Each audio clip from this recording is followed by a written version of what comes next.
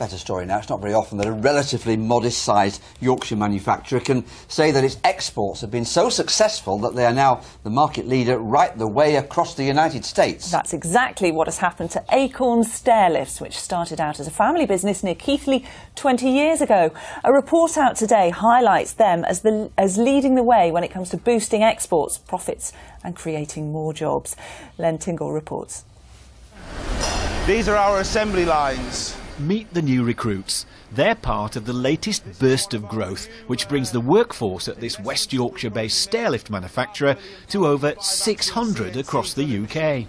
And to the left of you over here is our fully automated paint plant. Acorn Stairlifts has grown so fast over the past 5 years that one of its products is now being installed in a home somewhere in the world every 9 minutes. Exports have doubled, with production now on 2 sites, here where it started at Steeton on the outskirts of Keighley and now at a plant in Scotland. A major factor in that growth is they don't have to worry about share prices or outside investors wanting fast profits. Despite that, the company is still classed as middle-sized, one of an increasing number of Yorkshire companies employing from several dozen to several hundred.